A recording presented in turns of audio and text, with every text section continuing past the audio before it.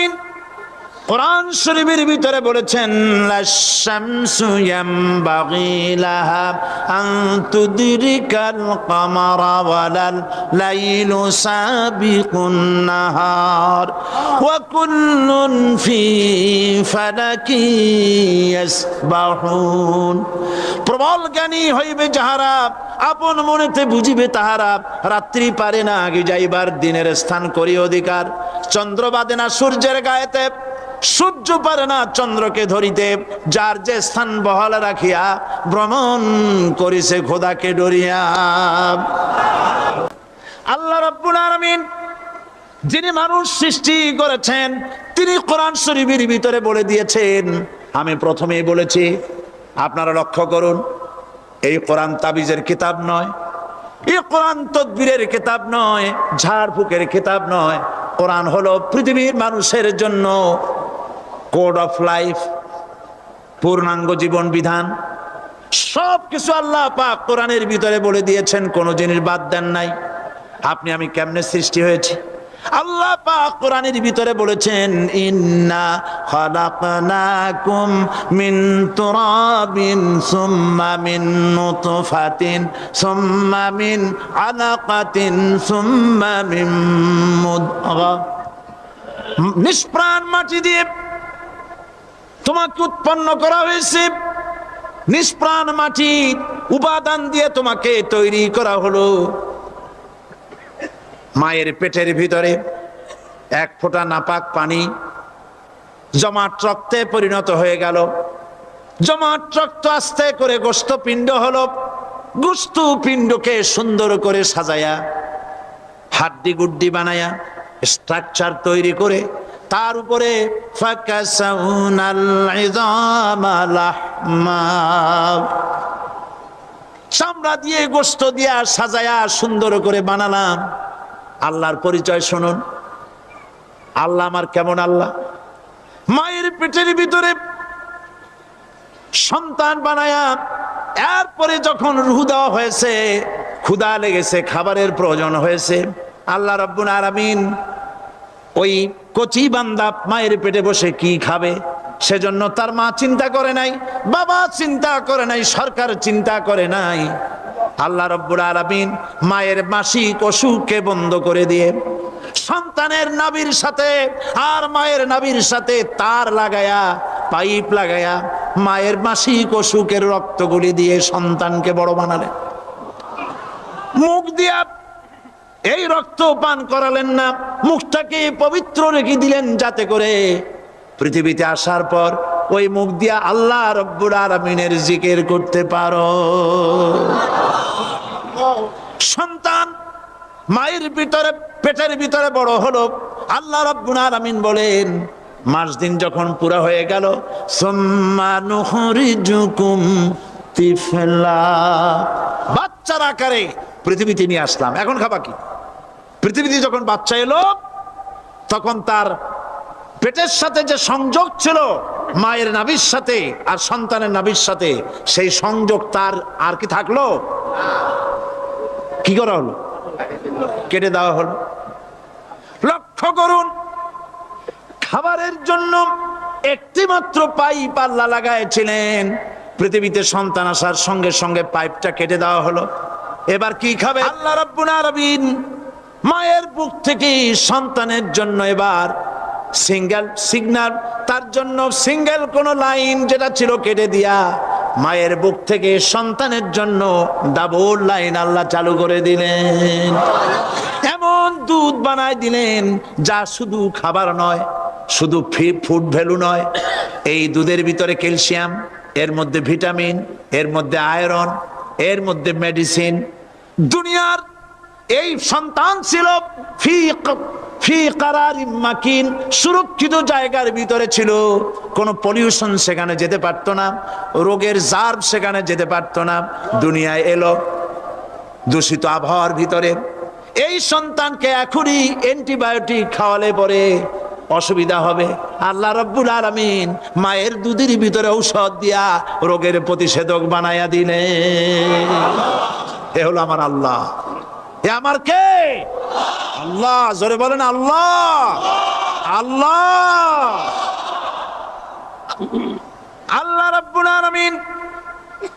মায়ের দুধ দিয়ে সন্তানকে বড় করলেন, আর শোনায় দিলেন খবরদার এই মায়ের সাথে, এই বাপের সাথে নাফরমানি করবি না। মা বাপের জন্য আমার কাছে দোয়া করবে, রব্বির হামহুমা কামা রাব্বায়ানি সগীরা। সবাই পড়েন আমার সাথে, রব্বির হামহুমা কামা রাব্বায়ানি সগীরা। আল্লাহ পাক শিখাই দিলেন বান্দারে আমার কাছে দোয়া করায়, আল্লাহ আমার মা বাপ আমাকে ছোটবেলায় যেভাবে স্নেহের কোলে লালন পালন করেছে, এইভাবে আমার মা বাপকে তোমার রহমতের কোলে লালন পালন করো। মনে থাকবে ভাইরা? বলেন মনে থাকবে? প্রত্যেক নামাজের পরে মা বাবার জন্য দোয়া করবেন, বেঁচে থাকুক আর মরে যাক, দোয়া করবেনই, মনে থাকবে? রব্বির হামহুমা কামা রাব্বায়ানি সগীরা। আবার পড়েন, রব্বির হামহুমা কামা রাব্বায়ানি সগীরা। আল্লাহ পাক মায়ের মর্যাদা এত বাড়াইছেন, সাহাবী প্রশ্ন করেছে, ইয়া রাসূলুল্লাহ খেদমত করব কার? হুজুর বলেন তোমার মায়ের, তারপরে কার? তোমার মায়ের, তারপরে কার? তোমার মায়ের, তারপরে কার? তোমার পিতার। বাপের চাইতে মায়ের মর্যাদা আল্লাহ 3 গুণ বাড়াইয়া দিলেন, 3 গুণ বৃদ্ধি করে দিলেন। হাদিস শরীফে এসেছে, হযরত আবী হুরায়রা রাদিয়াল্লাহু তাআলা আনহু রাসূলের কাছে এসে রাতের বেলায় কাঁদতেছিলেন। হুজুর প্রশ্ন করলেন, আবু হুরায়রা কাঁদো কেন? হযরত আবু হুরায়রা বলছেন, হুজুর মা আমাকে মেরেছে। তিনি প্রশ্ন করলেন, আচ্ছা মা তোমারে মারলো কেন? তুমি কি কোনো বেয়াদবি করছো? তিনি বললেন না, তবে মারলো কেন? হযরত আবু হুরায়রা বলেন, ইয়া রাসূলুল্লাহ আপনার খেদমত থেকে বাড়ি ফিরতে আমার দেরি হয়ে গিয়েছিল। গভীর রাত্রে যখন বাড়ি গেছি, মা আমাকে প্রশ্ন করলেন, বাবা দেরি হলো কেন, কোথায় ছিলি? তাম পৃথিবীর মানুষ যেই কদম মোবারক চুমু দিতে পারলে ধন্য হয়ে যায়, সেই আখিরি জামানার পয়গম্বর নবী মুহাম্মদ রাসূলুল্লাহ সাল্লাল্লাহু আলাইহি সাল্লামের দরবার থেকে আসতে আমার দেরি হয়ে গেছে। ইয়া রাসূলুল্লাহ আমার মা আপনার নাম শুনে তার গা জ্বলে উঠল, তিনি কাফের মুশরিকা। আপনার নাম শুনে অগ্নি শর্মা হয়ে আমাকে ধরে পিটানো আরম্ভ করলেন, আর বললেন, আবু হুরায়রা হয় মুহাম্মদ সাল্লাল্লাহু আলাইহি সাল্লামের বাড়ি ছাড়বি, নইলে আমার বাড়ি ছাড়বি, কি করবি বল? মার খেতে খেতে আমি বললাম, মা তোমার গায়ে যত শক্তি আছে আমারে মারো, তোমার বাড়ি শুদ্ধ তাম দুনিয়াটা ছেড়ে দিতে পারি, মুহাম্মদ রাসূলুল্লাহর কদম মোবারক ছেড়ে দিতে পারি না। আল্লাহ! হুজুর আমার মা গলা ধাক্কা মেরে আমাকে বের করে দিয়েছেন।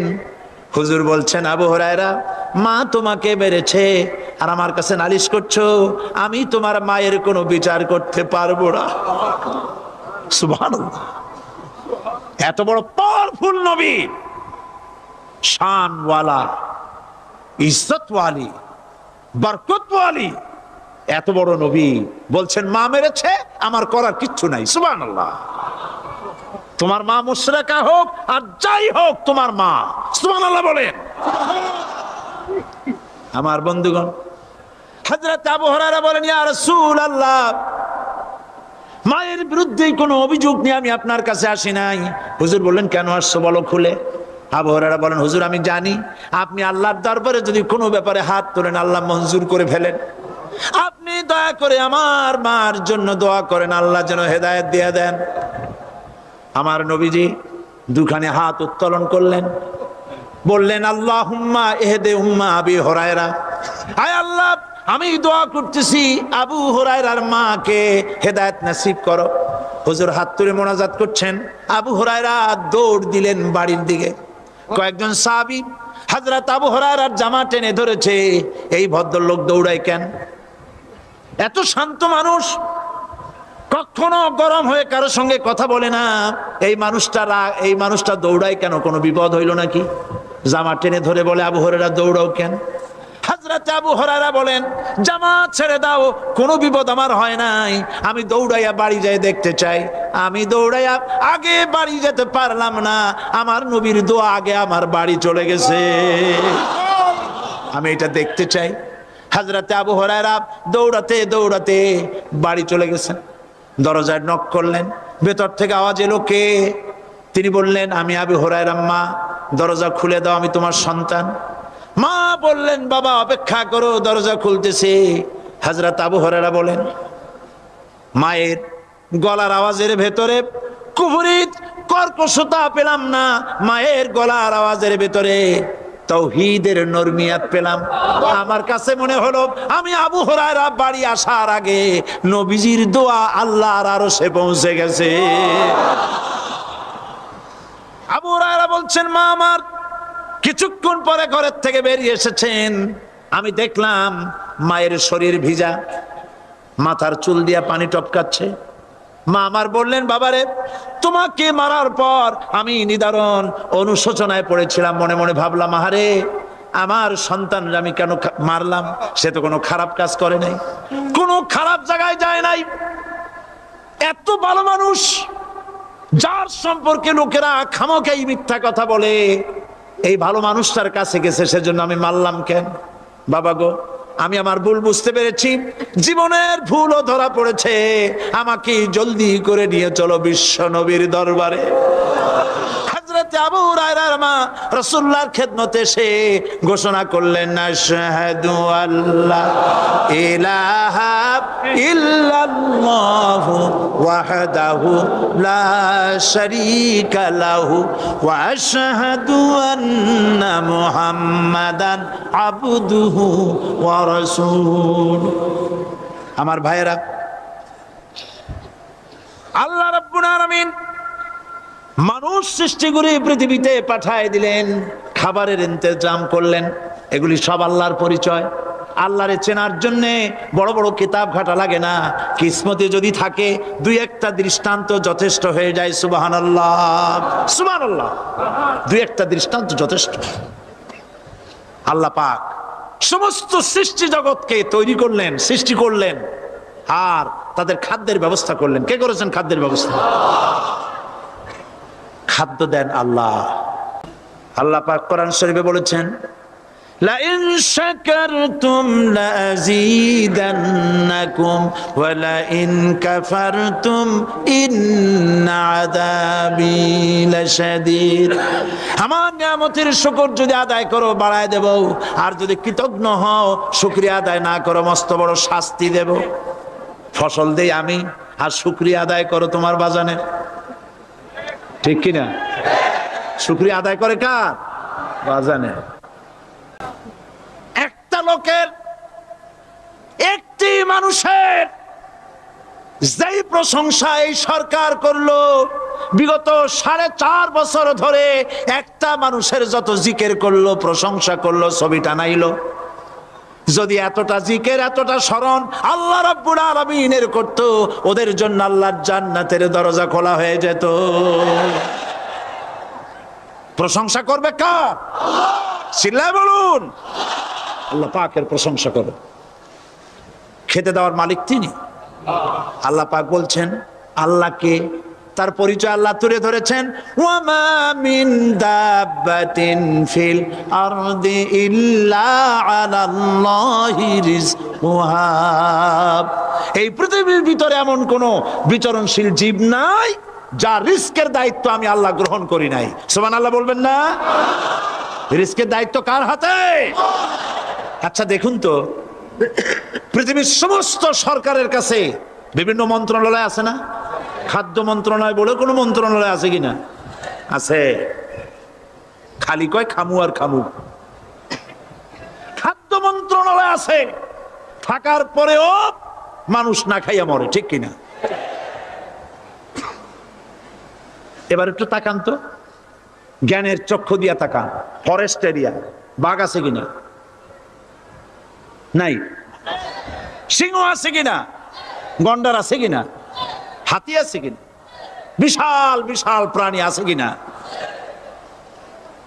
জঙ্গলে ছোট্ট প্রাণী থেকে, পোকা থেকে শুরু করে গন্ডার পর্যন্ত, টুনটুনি পাখি দিয়ে শুরু করে ঈগল পাখি পর্যন্ত, নদীর ভিতরে ছোট্ট চুনু পুঁটি থেকে শুরু করে তিমি মাছ পর্যন্ত, প্রাণীতত্ত্ববিদরা বলেছেন সমুদ্রের ভিতরে এমন এমন বড় বড় তিমি আছে যে একটা তিমির ওজন 5000 টন পর্যন্ত হয়ে যায়। 5000 টন তিমিটার ওজন। এর যখন বাচ্চা হয় তখন বাচ্চার দৈনিক দুধ লাগে 50 থেকে 60 মণ পর্যন্ত। কে ব্যবস্থা করে? রুহান মান ফেরেশতা। তো ওর মা যেমন বাচ্চা তো সেরকম হবে, ঠিক কিনা? কে দেয় খাবার? এবার দেখেন তো আপনার দেশের এই জঙ্গলে কত হাতি আছে। হাতিরা মিছিল করে আসছে যে আল্লাহ আমাদের এখন আর খাইতে যাইতে দিতে পারে না, বাংলাদেশের গভর্নমেন্ট কিছু দাও। আসছে না, খাইয়া ক্ষুধার জ্বালায় হাতি মরেছে, বাঘ মরেছে, সিংহ মরেছে। এর কোনো দৃষ্টান্ত আছে? ক্ষুধার জ্বালায় আকাশের উড়ন্ত পাখিরা ছটফট করে মারা গেছে, দৃষ্টান্ত আছে? নদীর মাছেরা ক্ষুধার জ্বালায় ভেসে উঠেছে, না খাইয়া মরে গেছে, দৃষ্টান্ত আছে? মহান আল্লাহ রাব্বুল আলামিন কোরআন শরীফের ভিতরে বলেছেন অনেক প্রাণী এমন আছে যারা তাদের খাদ্যকে সঞ্চয় করে না, খাদ্যকে জমা করে না, আহরণ করে না। সকাল বেলায় একটা খাবার খেলো, দুপুরে কি খাবে তার জানা নাই। শকুন পৃথিবীর মাটি থেকে 3 মাইল উপরে ওড়ে, তার চোখকে আল্লাহ পাক এত তীক্ষ্ণ বানিয়ে দিয়েছেন। এই চট্টগ্রামের কোথায় মরা গরু আছে 3 মাইল উপর দিয়ে দেখতে পায়? সুবহানাল্লাহ করতে ইচ্ছা করে না। এই প্রাণীগুলি খাবারগুলি কোনো গভর্নমেন্ট জোগাড় করে রাখে নাই। আল্লাহ পাক বলেন সবার খাবার আমি দেই। সকাল বেলায় সমস্ত প্রাণীগুলি, মহাশূন্যে পাখি, পানির ভিতরে মৎস্যরাজি, জঙ্গলের ভিতরে হিংস্র প্রাণী, পোকামাকড় থেকে শুরু করে সবগুলো খালি পেটে সব বেরিয়ে যায়, কারো কোনো খাবারের মজুদ নাই। সন্ধ্যা হতে না হতে সমস্ত প্রাণীগুলির পেট ভরাইয়া আমি আবার যার যার ঘরে বেরিয়ে দেই। ওয়ামা মিন দাব্বাতিন ফিল আরদি ইল্লা আলাল্লাহি রিজকুহা। সমস্ত প্রাণীর রিজকের দায়িত্ব আমি আল্লাহর হাতে। কে দেয় রিজক? জোরে বলুন, কে দেন? আল্লাহ পাক। কি খাবেন সব আল্লাহ জোগাড় করে দিয়েছেন। তরি তরকারি জোগাড় করেছেন, মাছ জোগাড় করেছেন, চাউল দিয়েছেন, খাবার দিয়েছেন, গোশত দিয়েছেন, সব দিয়ে দিয়েছেন। আল্লাহ রাব্বুল আলামিন সমস্ত জিনিস দিয়ে মানুষকে আল্লাহ পাক তার জন্য আল্লাহ সব করেছেন। খালাকালাকুম মা ফিল আরদি জামিআ। এই পৃথিবীতে যা তৈরি করেছে সব তোমার জন্য। এ হচ্ছে আমার আল্লাহ। এ হচ্ছে আমার কে? আল্লাহ। সে আল্লাহ পাক বলছেন, আল্লাহর পরিচয় তিনি স্রষ্টা, তিনি রিজেক দাতা। এবার আইনদাতা কে? আইনদাতা কে? আরো জোরে বলুন। আইনদাতা আল্লাহ হচ্ছে আল্লাহর পরিচয়। ইনিল হুকমু ইল্লা লিল্লাহ আলা লাহুল খালকু ওয়াল আমর। সৃষ্টি যার, আইন চলবে তার। আমার দেশে আল্লাহর আইন চলছে? আমাদের দেশের কল কারখানা, ক্ষেত খামার, অফিস আদালত আল্লাহর আইন অনুযায়ী চলে? চলে না। বরং আল্লাহর আইনকে মুছে ফেলার জন্য, নিজেদের আইন সৃষ্টি করার জন্য প্রচেষ্টা চালানো হচ্ছে। আল্লাহর আইন মানুষের জন্য সব থেকে বেশি উপযোগী, কারণ সৃষ্টি করেছেন কে? বলেন, কে করেছেন? আল্লাহ। প্রত্যেকটি মেশিন আপনি যা কিনবেন, রেডিও হোক, টিভি হোক, যে কোনো যন্ত্র হোক, গাড়ি হোক, তার সাথে একটা লিটারেচার, একটা বই তার সঙ্গে দিয়ে দেওয়া হয়। ওই বইয়ের মধ্যে লেখা থাকে এটা কিভাবে চালানো হবে, অপারেট করা হবে, তার সিস্টেম লেখা থাকে। আপনার ইচ্ছা মতো চালাইলে হবে না। এই মানব গোষ্ঠীকে সৃষ্টি করেছেন। এখন আপনি যদি আপনার আইন মতো চালান, তা কি চলবে? চলবে না। আপনি আপনার আইন মতো চালাচ্ছেন, ভালোভাবে চলতেছে? চলতেছে না। স্বরাষ্ট্রমন্ত্রী বলতেছেন সন্ত্রাসীদেরকে মাটির তলা থেকে খুঁজে বের করা হবে, কিন্তু নাকের উপর দিয়া ব্রিফকেস চুরি হয়ে যায়, উনি তা ধরতে পারেন না। এই হলো আইন। অনাবরত খুন হচ্ছে, অনাবরত সন্ত্রাসী তৎপরতা চলছে, আর ওনারা বলছেন আগের থেকে এগুলি চলে আসছে, একজনের খুনের বিচার না হইলে এরকম খুন তো হইতেই থাকবে। তাহলে খুনকে, হত্যাকে, সন্ত্রাসকে সরকার জাস্টিফাইড করছে। নাউজুবিল্লাহি মিন যালিক। এই জন্য আইন হতে হবে আল্লাহর। আইন হতে হবে কার? চিল্লায় বলেন, আল্লাহ পাকের আইন হতে হবে। আমি একদিন পার্লামেন্টে বলেছিলাম, আমার দেশের নেতা নেত্রীরা বারবার হজ করতে যান, উমরা করতে যান, সেখান থেকে আসার সময় কি আনেন? আতর, পাথর, সুরমা আর খুরমা, এই কিছু নিয়ে আসলেন। কিন্তু আমি বলেছি আপনারা কি কিছু চোখে দেখেন না? পার্লামেন্টে এইভাবে বক্তৃতা করেছে, কিছু চোখে দেখেন না?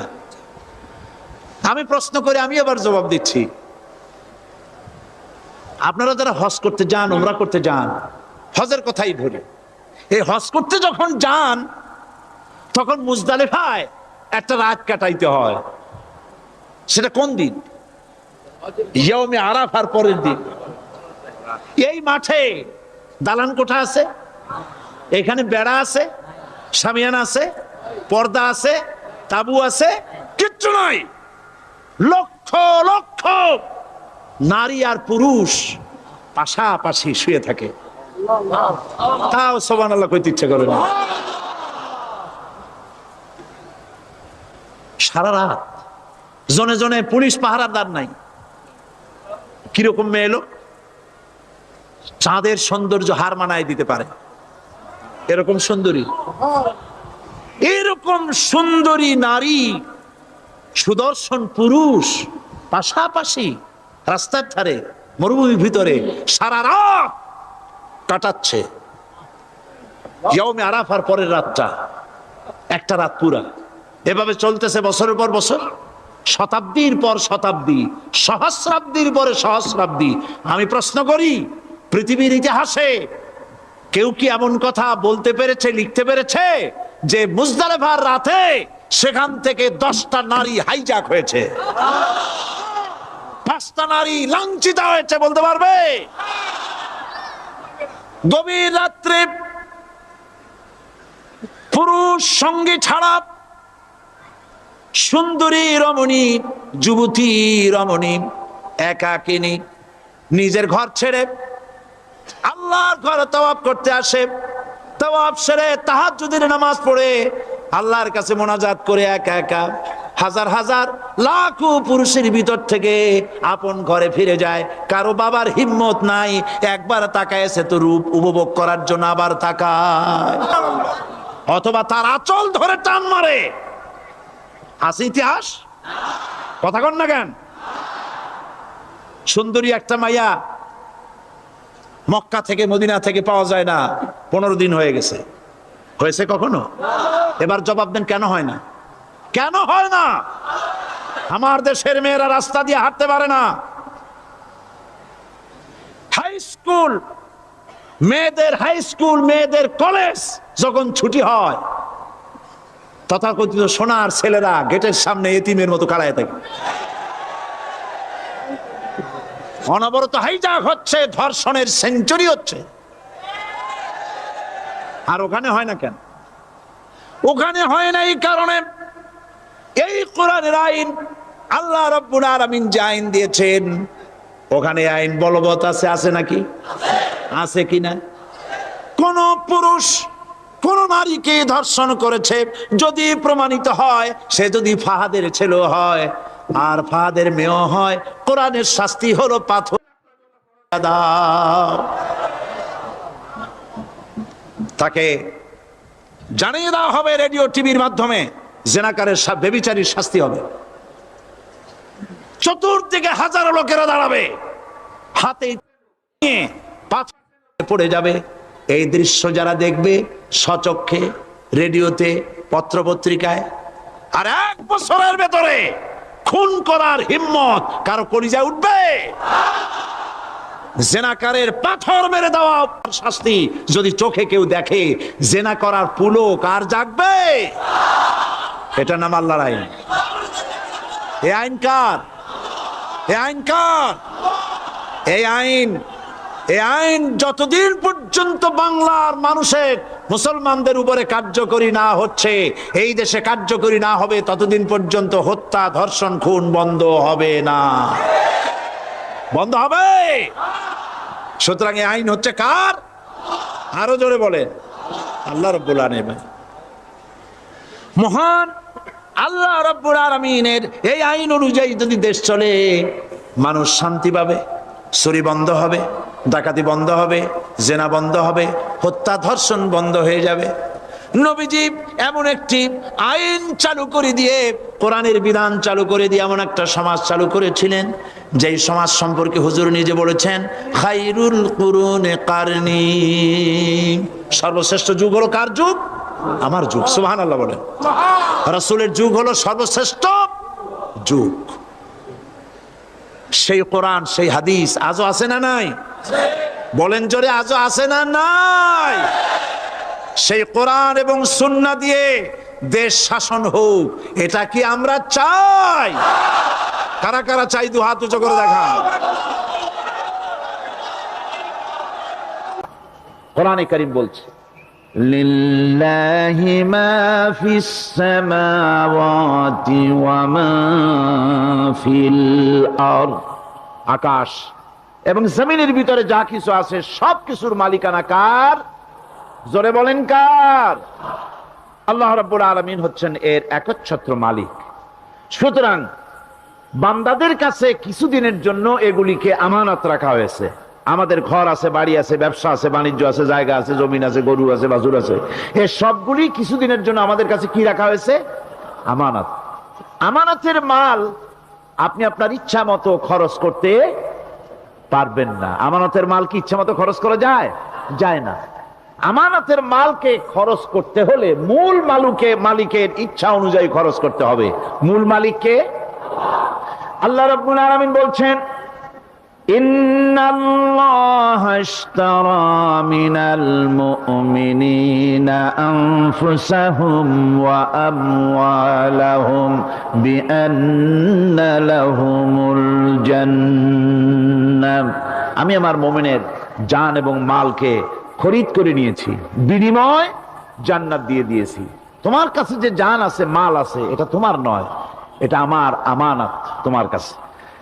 সুতরাং এই আমানত খরচ করতে হবে মূল মালিকের ইচ্ছা অনুযায়ী। সমাজের এক শ্রেণীর লোক প্রচুর বিত্তের মালিক হবে, সমাজের এক শ্রেণীর লোক প্রচুর বিত্ত এবং সম্পদের মালিক হয়ে ভোগ বিলাসের আনন্দের স্রোতে ভেসে যেতে থাকবে, নিজেকে ভাসিয়ে দেবে। আর এক শ্রেণীর লোক অনাহারে অর্ধাহারে কষ্ট করবে। এ বিধান ইসলামের নয়। কেউ থাকবে 10 তলায় আর কেউ থাকবে গাছতলায়, কেউ খাবে পোলাও, কোরমা, বিরিয়ানি, আর কারো কিসমতে মরিচ পোলাও হবে না। এ বিধান আল্লাহর নয়। ইসলামের বিধান হচ্ছে এই যে আল্লাহ যে সব সম্পদ মানুষকে দান করেছেন, এই সম্পদের ভিতরে বিত্তহীনদের অধিকার রাখা হয়েছে। বিত্তহীন যারা গরিব, যাদের কিছু নাই, তারা আপনার করুণার পাত্র নয়। কি বলেন, তারা কি ধনীদের করুণার পাত্র? কোরআনে কারিমে আল্লাহ বলেন, ওয়াল্লাযীনা ফী আমওয়ালিহিম হাক্কুল লিসসাইলি ওয়াল মাহরুম। ধনীদের সম্পদের ভেতরে গরিবদের, বিত্তহীনদের অধিকার রয়েছে। সে অধিকার আদায় করে দাও। দান করা এমনি দিয়ে দাও এক জিনিস, গরিবদেরকে, বিত্তহীনদেরকে ইসলাম করুণার পাত্র বানায় নাই, বলেছে অধিকার। অধিকারটা বড় মজবুত কথা, এ কথার লোড আছে, ওয়েট আছে। আপনার আমার সম্পদের, অর্থাৎ যাদের বিত্ত আছে, বিত্ত সম্পদওয়ালা সম্পদশালী লোকেদের সম্পদের ভেতরে গরিবদের অধিকার রয়ে গেছে, সে অধিকার আদায় করতে হবে। ইসলাম সকল মানুষের দারিদ্র দূর করে বেঁচে থাকার মৌলিক অধিকার প্রতিষ্ঠিত করেছে। রাসূল করিম সাল্লাল্লাহু আলাইহি ওয়াসাল্লাম বলেছেন, লাইসা লি ইবনি আদম হাক্কুন সিওয়া হাযিহিল খিসাল, বাইতুন ইয়াসকুনুহু ওয়া সাওবুন ইউয়ারি আওরাতাহু ওয়া জালফাল খুবজ ওয়াল মা, আখরাজাহু তিরমিজি। তিরমিজি শরীফের হাদিসের ভেতরে এসেছে, রাসূল করিম সাল্লাল্লাহু আলাইহি ওয়াসাল্লাম বলেছেন, প্রত্যেকটি বনি আদমের তার বাস করার জন্য একটা গৃহ, এবং লজ্জা ঢাকার জন্য, শীত নিবারণের জন্য তার বস্ত্র, আর ক্ষুধা মিটাবার জন্য তার পানি আর রুটি ইত্যাদির ব্যবস্থা করতে হবে, চাই সে মুসলমান হোক আর হিন্দু হোক আর খ্রিস্টান হোক। বনি আদম, আদমের সন্তান যে মানুষ, যে তার এই অধিকার ইসলাম প্রতিষ্ঠিত করেছে। আজ বলা হচ্ছে খাদ্য, বস্ত্র, বাসস্থান সমাধান দেবে অমুকরা তমুকরা, এরকমের স্লোগান হয় না? ওরা দিতে পারবে না, ওরা দিতে পারে নাই। খাদ্য, বস্ত্র, শিক্ষা, চিকিৎসা, বাসস্থানের গ্যারান্টি দিয়েছে কোরআন, দিয়েছে আল্লাহ রসুল জনাবে মুহাম্মদ রাসূলুল্লাহ সাল্লাল্লাহু আলাইহি ওয়াসাল্লাম। ইসলাম অর্থনৈতিক নিরাপত্তার জন্য যে সব পন্থা অবলম্বন করেছে, সেটা হচ্ছে যে সমাজের কর্মক্ষম সকল ব্যক্তি রুজির জন্য পরিশ্রম করবে, কেউ বসে থাকতে পারবে না। এটা হচ্ছে ইসলামের নিয়ম, কেউ বসে থাকতে পারবে না। কোরআনে কারীম বলছে, ফাইদা কুদিয়াতিস সালাতু ফান্তাশিরু ফিল আরদ ওয়াবতাগু মিন ফাদলিল্লাহ। ফাইদা কুদিয়াতিস সালাত, যখন তোমার নামাজ সম্পূর্ণ হয়ে গেল, ফান্তাশিরু ফিল আরদ, ছড়িয়ে পড়ো আমার জমিনের উপরে, ওয়াবতাগু মিন ফাদলিল্লাহ, আর আমার অনুগ্রহ অনুসন্ধান করো। রুজি কামানো কোনো খারাপ জিনিস না। কেউ মনে করে সারাদিন বসে বসে আল্লাহর জিকির করব, কেউ দুনিয়াটারে ঝামেলা মনে করে জঙ্গলে চলে যেতে চায়। এটা নিয়ম না। আপনি বসে থাকতে পারবেন না, আপনাকে কাজ করতে হবে। রুজি কামাই করাটাকে কোরআনে কারিমে এতটা সম্মান দিয়েছে, যেটাকে ফদলুল্লাহ বলা হয়েছে। ফদলুল্লাহ, এটা আল্লাহর অনুগ্রহ। সুবহানাল্লাহ বলেন। এটাকে ফদলুল্লাহ বলা হয়েছে, এটা জিনাতুল্লাহ বলা হয়েছে। আপনি যে কাপড় চোপড় ব্যবহার করেন, এই কাপড় চোপড়ের ব্যাপারে আল্লাহ পাক প্রশংসা করেছেন, কাপড় চোপড় সুন্দর পরতে বলেছেন। তারপরে রুজি রোজগার হালাল করতে বলা হয়েছে, এবং রুজি কামাবার ব্যাপারে হালাল ভাবে রুজি কামাবার জন্য ইন্সপিরেশন দেওয়া হয়েছে কোরআন এবং হাদিসে। রাসূল করিম সাল্লাল্লাহু আলাইহি ওয়াসাল্লাম বলেছেন, আল কাসিবু হাবিবুল্লাহ, সহজে যে উপার্জন করে সে আল্লাহর বন্ধু। যে ব্যক্তি ঠেলা গাড়ি চালায়, কুলি মজুর, রিক্সা চালায়, নিন্দা নাই, তাকে নিন্দা করা যাবে না। রিক্সাওয়ালাও একটা গুরুত্বপূর্ণ দায়িত্ব পালন করছে। কুমার, কামার, তাঁতি, জেলে, ধোপা, নাপিত সবাই কাজ করছে। প্রত্যেক কাজের সম্মান ইসলাম দেয়। সুবহানাল্লাহ কোন। সমস্ত কাজের সম্মান আছে, শুধুমাত্র সম্মান নাই চুরির কাজের, ডাকাতির কাজের, সন্ত্রাসের কাজের, চাঁদাবাজির কাজের, মাস্তানির কাজের। এই সব কাজ নিন্দনীয়, এবং এই সব কাজ নিতান্ত বাজে কাজ। এ কাজের কোনো সম্মান নাই। সম্মান হচ্ছে নিজের হাতে কামাই করে সারা দিনে এক মুঠো খাবারও যদি খান, আপনার খাবারের চাইতে হালাল খাবার কারো হতে পারে না। আল্লাহর বন্ধু সোজা কথা না। আল কাসিবু হাবিবুল্লাহ, সহস্ত উপার্জনের এত বরকত। সেজন্য অর্থনৈতিক নিরাপত্তার জন্য সমাজের প্রত্যেকটি কর্মক্ষম লোককে কাজ করতে হবে। কি করতে হবে? নামাজ পড়া হয়ে গেছে, এখন আর বসে থাকা চলবে না। নেমে পড়ুন কাজের জন্য, আল্লাহর অনুগ্রহ অনুসন্ধান করুন। এরপরে আল্লাহ পাক বলছেন, আমার অনুগ্রহ রুজি কামাও, আর রুজি কামাবার সময় ওয়াজকুরুল্লাহ যিকরান কাসীরা লাআল্লাকুম তুফলিহুন। আর জিকির করবা আমার বেশি, আমার জিকির করবা। বলা হচ্ছে রুজি অনুসন্ধান করো, আর বলা হচ্ছে আমার জিকির করো। তো জিকির আর রুজি সন্ধানের ভিতরে সামঞ্জস্য কি? সামঞ্জস্যটা হচ্ছে এই যে আপনি যখন উযকুরুল্লাহ কাসীরান, আপনাকে বেশি করে জিকির করতে হবে। জিকির মানে কি? স্মরণ করা। জিকির মানে কি? স্মরণ করা। আল্লাহকে স্মরণ করেন। রুজি যখন কামাতে যাবেন স্মরণ করবেন কারে? চিল্লায় কোন কারে? আপনি রুজি কামাবার জন্য চাকরি করতেছেন, অফিসে বসে যদি আল্লাহ রাব্বুল আলামিন আপনার স্মরণে থাকে, তাহলে ঘুষ খাওয়া আপনার জন্য সম্ভব হবে না। কথা ঠিক কিনা? আল্লাহ পাক বলছেন, রুজি কামাবার জন্য তুমি যে পরিশ্রম করবে, ওই পরিশ্রমের সময় বেশি বেশি জিকির করো, আমারে স্মরণ রাখো। অফিসে বসে যখন তুমি কাজ করবে, আমি যদি স্মরণে থাকি, তাহলে তুমি ঘুষ খাইতে পারবে না। তুমি জমিন চাষ করবে, জমিন চাষ করার সময় আমি যদি তোমার স্মরণে থাকি, জমিনের আইল ঠেলা তোমার পক্ষে সম্ভব হবে না। যত রকমের রুজির রোজগারের পথ আছে, আমাকে স্মরণ করো, খারাপ পথ থেকে বাঁচো, হালাল ভাবে রুজি কামাও। হালাল রুজির ভিতরে আল্লাহ রব্বুল আলামিন বরকত দিয়া দিবেন।